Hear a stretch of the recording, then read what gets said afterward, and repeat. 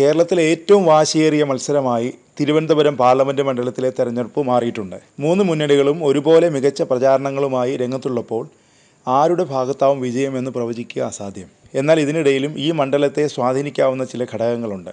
UDFിനായി ശശി തരൂരും NDAക്ക് രാജീവ് ചന്ദ്രശേഖറും LDFിന് വേണ്ടി പന്ന്യൻ രവീന്ദ്രനുമാണ് മത്സരിക്കുന്നത്.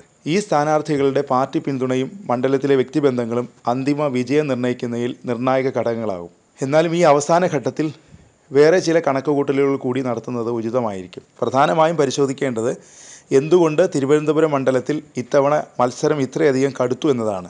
അതിനുള്ള പ്രധാന കാരണം സാധാരണ ഈ മണ്ഡലത്തിൽ പ്രയോഗിച്ചുകൊണ്ടിരുന്ന ചില പ്രചരണ അജണ്ടകൾ തുടക്കം മുതൽ മാറിമറിഞ്ഞതുകൊണ്ടാണ്.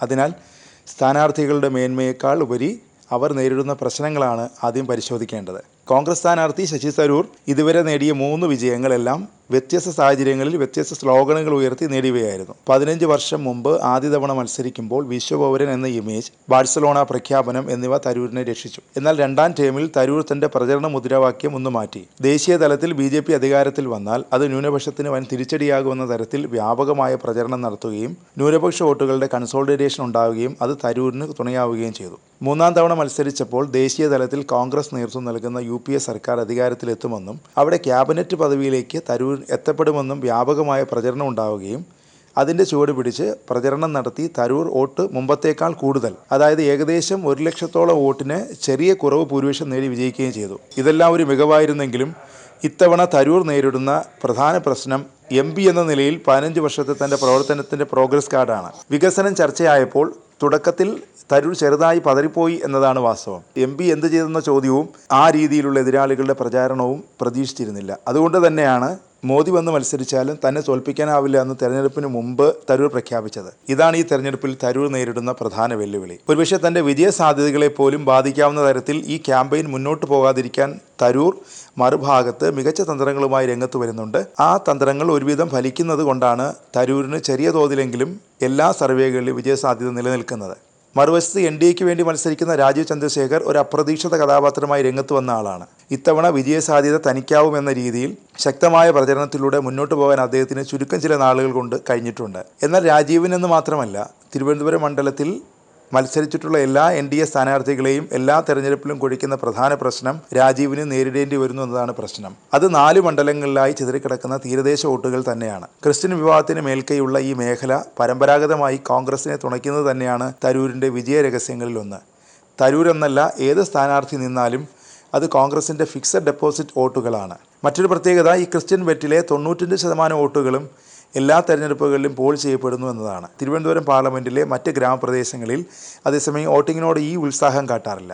എല്ലായിടത്തും വോട്ടർമാർ വോട്ട് ചെയ്യാൻ പല കാരണങ്ങൾ കൊണ്ട് മടിക്കുമ്പോൾ തീരദേശം ഒന്നടങ്കം വോട്ട് ചെയ്യുന്നതാണ് പലപ്പോഴും വിജയിക്കുന്ന ആൾക്ക് അനുകൂലമാകുന്നത്. മൊത്തം 17 ലക്ഷം വോട്ടർമാരെ ഉൾക്കൊള്ളുന്ന തിരുവനന്തപുരം പാർലമെൻറ്റ് നിയോജക മണ്ഡലത്തിൽ 66% ഹിന്ദുക്കൾ, 19% ക്രിസ്ത്യൻ വിഭാഗം, 13% മുസ്ലിം വോട്ടുകൾ എന്നിവയുണ്ട്. ശക്തമായ മതവിശ്വാസം പോലെ തന്നെ ശക്തമായ കോൺഗ്രസ് വിശ്വാസവും തീരദേശ മേഖലയിൽ 70% പേരെങ്കിലും വച്ച് പുലർത്തുന്നുണ്ട്.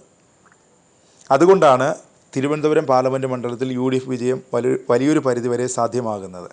ഇപ്പോൾ ഈ മേഖലയിൽ CPM വളരെ നാളത്തെ തുടർച്ചയായ പരിശ്രമങ്ങൾക്ക് ശേഷം ഈ വോട്ട് ബാങ്കിൽ ഒരു ഷെയർ നേടുന്നതിൽ വിജയിച്ചിട്ടുണ്ട്. എന്നാൽ BJPക്ക് ഇത് ബാലികേറാമല തന്നെയാണ്. എത്രയൊക്കെ വാഗ്ദാനങ്ങൾ നൽകിയാലും തീരദേശ വോട്ടുകൾ കണ്ണടച്ച് വിശ്വസിക്കാൻ NDAക്ക് കഴിയാത്തതാണ് രാജീവ് ചന്ദ്രശേഖറിൻ്റെ വിജയസാധ്യതയെ ബാധിക്കുന്ന ഒരു ഘടകം. കോവളം, പാറശാല, നെയ്യാറ്റിൻകര, പഴയ തിരുവനന്തപുരം വെസ്റ്റ് മണ്ഡലങ്ങളിലെ ഒരു ഭാഗം എന്നിവ ഉൾക്കൊള്ളുന്ന കോസ്റ്റൽ ബെൽറ്റിൽ കുറഞ്ഞപക്ഷം 30% വോട്ട് ഷെയർ നേടാനായാൽ മാത്രമേ രാജീവ് ചന്ദ്രശേഖറിന് വിജയസാധ്യതയുള്ളൂ. ഈ അവസ്ഥ നിലനിൽക്കുന്നതുകൊണ്ട് തന്നെയാണ് BJP എപ്പോഴും തിരുവനന്തപുരം പാർലമെൻറ്റ് മണ്ഡലത്തിൽ തുടർച്ചയായി 2ാം സ്ഥാനത്ത് നിൽക്കുന്നത്. ഇനി LDF സ്ഥാനാർത്ഥി പന്ന്യൻ രവീന്ദ്രൻ്റെ സാധ്യതകളെക്കുറിച്ച് പരിശോധിച്ചാൽ ഇത്രയേറെ ജനകീയനായ മറ്റൊരു സ്ഥാനാർത്ഥി ഈ ലോക്സഭാ തെരഞ്ഞെടുപ്പിൽ ഇന്ത്യയിൽ തന്നെ മത്സരിക്കുന്നുണ്ടോ എന്ന കാര്യം സംശയമാണ്. എന്നാൽ ആർക്കും ലഭിക്കാത്ത ഈ അപൂർവ ബഹുമതി വിജയം എളുപ്പമല്ലാതാക്കും വിധം പന്ന്യന് തന്നെ ഭാരമായി മാറുന്നതാണ് നിലവിലെ കാഴ്ച. ഒരാളുടെ ജീവിത സുരക്ഷ ഉറപ്പാക്കാൻ വേണ്ടി മാത്രമുള്ളതാണോ തെരഞ്ഞെടുപ്പ് എന്ന ചോദ്യം എതിരാളികൾ ഉയർത്തുമ്പോൾ പന്ന്യൻ്റെ പക്ഷത്തിന് മറുപടി പറയാൻ പറ്റാത്തത് ഈ കാരണം കൊണ്ടാണ്. പന്ന്യൻ ജയിച്ചാൽ ഒരിക്കലും അഴിമതി ഉണ്ടാവില്ല, സ്വജനപക്ഷപാതം ഉണ്ടാവില്ല, എതിരാളികൾ ഉൾപ്പെടെയുള്ളവർ. എന്നാൽ മണ്ഡലത്തിന് അതുകൊണ്ട് എന്ത് പ്രയോജനം എന്ന ചോദ്യം വരുമ്പോഴാണ് LDFിൻ്റെ സ്ഥാനാർത്ഥിയുടെ മാറ്റു കുറയുന്നത്. മറ്റൊരു തരത്തിൽ പറഞ്ഞാൽ ജനാധിപത്യത്തെക്കുറിച്ചുള്ള ഇന്നത്തെ കാഴ്ചപ്പാടിൽ നഗരവികസനം, പുതിയ സംരംഭങ്ങളുടെ ആവിർഭാവം, മെച്ചപ്പെട്ട ജീവിത സൗകര്യങ്ങൾ എന്നിവ കൂടി അടിസ്ഥാനമാക്കിയുള്ളതാണ്. ഈ ചിന്ത യുവജനങ്ങൾക്കിടയിൽ വ്യാപകമാണ്. ഇപ്പോൾ തെരഞ്ഞെടുപ്പ് അജണ്ടകളുടെ പ്രധാന വിഷയങ്ങൾ ഇവയാണ്. നേരത്തെ ഒരു വ്യക്തിയുടെ ആദർശം, കാഴ്ചപ്പാട്, മതേതര ചിന്ത, സോഷ്യലിസം എന്നിങ്ങനെയുള്ള ഘടകങ്ങളിലൂന്നി പ്രചരണം നടന്നുകൊണ്ടിരുന്നപ്പോഴാണ് പന്ന്യനെ പോലുള്ള സ്ഥാനാർത്ഥികൾക്ക് വലിയ പ്രസക്തി ഉണ്ടായിരുന്നത്. ആ കാലം പോയി എന്ന് തിരിച്ചറിഞ്ഞതുകൊണ്ട് തന്നെയാണ് തുടക്കത്തിൽ തന്നെ തെരഞ്ഞെടുപ്പിൽ മത്സരിക്കാൻ പന്ന്യൻ താല്പര്യം പ്രകടിപ്പിക്കാതിരുന്നത്. പക്ഷേ ഇവിടെ പന്ന്യന് നേരിയൊരു സാധ്യത നിലനിൽക്കുന്നത് രണ്ട് വൻ ശക്തികൾ ഏറ്റുമുട്ടുമ്പോൾ അപ്രതീക്ഷിത കാരണങ്ങളാൽ പലതരത്തിലും വിഘടിച്ചു പോകുന്ന വോട്ടുകൾ ഒരുപക്ഷെ പന്ന്യന് അവസാന നിമിഷം അനുകൂലമായി വരുമോ എന്ന് കണ്ടറിയണം.